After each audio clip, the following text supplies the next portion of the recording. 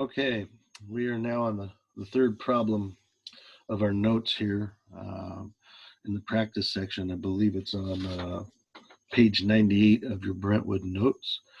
I'm going to just keep coming on and trying to discuss this stuff and see if I can help you guys understand what's going on. Here's the next problem. So you got a kite. Remember, in the back of your mind, always draw a picture first, write what you have and what you want.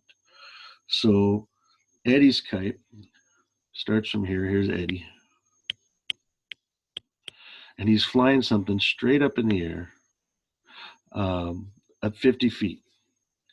And so then they're saying once it gets to 50, and that's supposed to be straight up. My picture, I just drew all the pictures ahead of time so that I didn't have to draw all that on here. You'd never be able to read it. But once it gets up here, then it starts drifting this way, east, at I think they say 5 feet per second. So when they do that in my head, what I'm thinking of, I'm always in the background. Okay, that's what I have. Here's my picture. And if I connect the two with the hypotenuse here, that's the string. So again, if this is coming at you too fast, and just stop and read the problem. But what you have Eddie flying a kite and goes up 50 and then starts drifting this way. And that direction we're going to call changing direction because it's keep moving at 5 feet per second to the right. We'll call that dx dt. Really, what I'm thinking of, and I haven't read the rest of the problem yet, is that you have a triangle, and this is going to be x, and this is going to be y, and this is going to be z. So, yeah, nice triangle. Huh? It's really hard to write on this thing. We'll see how long my battery lasts. But again, I got a picture, and notice if this is y, and this is x, this is z, they're asking you, in the problem, if you read below, they want to know how fast the string is running through Eddie's hands. Now, that's this quantity here, but that's also changing. So we have x, y, and z, and then they want the rate at which the dz dt, or the rate at which the string is being let loose, which is how fast the string is changing. So if you're asking yourself and you're on your own, okay, so I have 3 things going on.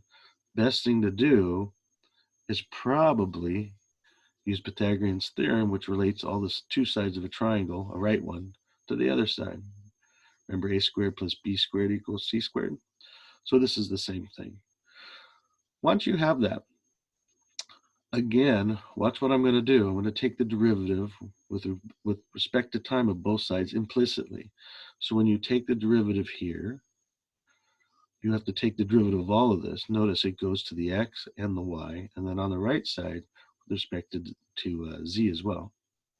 Now, using the chain rule, as we've been talking about, if I can scroll down a little bit here.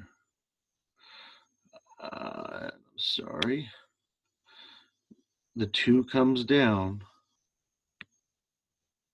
and then you have x, and then again, you have to times the derivative of the inside function, so it's dx dt.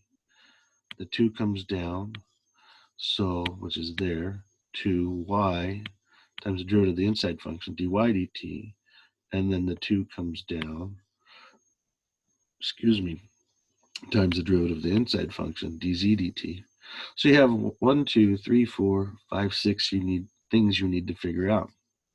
Now, you did know a bunch of things. They wanted to know, now, well, let me say this. Off on the side over here, you'll see I've done something.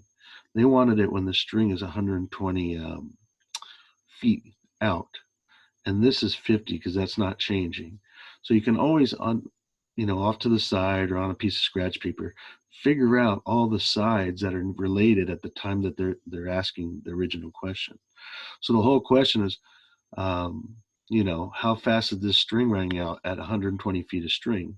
So if you do that and you plug that in here, x squared plus y squared equals z squared, solve for that thing, and it's 109. The reason that's important, and let me clear all this out, is that you now have this quantity to plug in for x here. You know this was 50 from this quantity here because he's 50 feet off the ground, or the kite is, and they wanted it at 120. Now notice those are the X, Y, and Z quantities, and all you have left to do is plug in the rate at which the kite was moving to the right, which was 5. dy dt, now this quantity here is never changing, so it's 0. So that's why this dy dt is 0. And then you did know, well, that was 120, but this is what you're trying to solve for right here, the dz dt. So again, rewind that, listen to that explanation again. Because this quantity, let me clear all this out. Because this quantity is 0, I don't have to worry about it.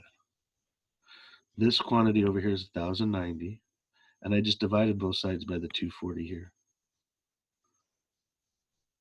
So what that ends up doing, I go down a little further here, is that ends up being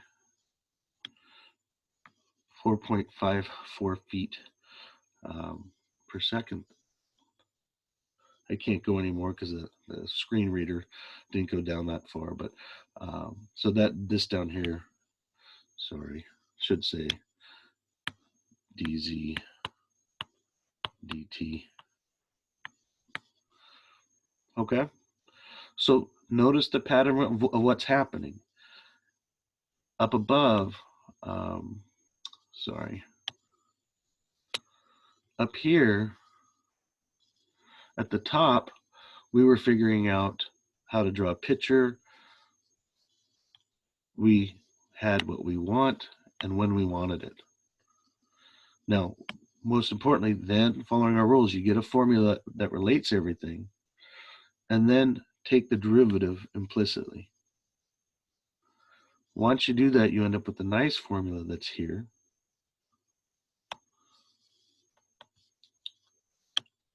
And what happens is, the only other thing to consider, which is very important, is when they're interested in. So when that string is 120. Now that string is 120 gives you all 3 other values that you'll need here. And remember, you don't plug them in to this function here until you've taken the derivative. In other words, don't plug them in to the original one. Wait till you take the derivative of everything implicitly. Plug everything in, solve it out, and you get that. Okay? Hope that helps. One more video coming.